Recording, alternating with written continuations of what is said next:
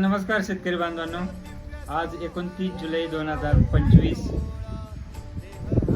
पावसाचा अंदाज पुढील 15 दिवसाचा असा आहे की आज उद्या परवा 31 तारखेपर्यंत असाच पाऊस पाळ्या टाईप एक एक स्केल येत राहते.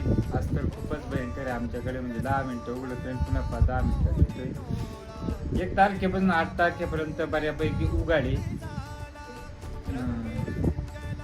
8 तारीख म्हणजे चांगलीच उघाडी, ऊन पडेल, चांगली उघाडी. 8 तारखेपासून 15 तारखेपर्यंत पुन्हा पाळ्यासारखा पाऊस आहे, एक सिस्टम तयार होते अंदाजानुसार.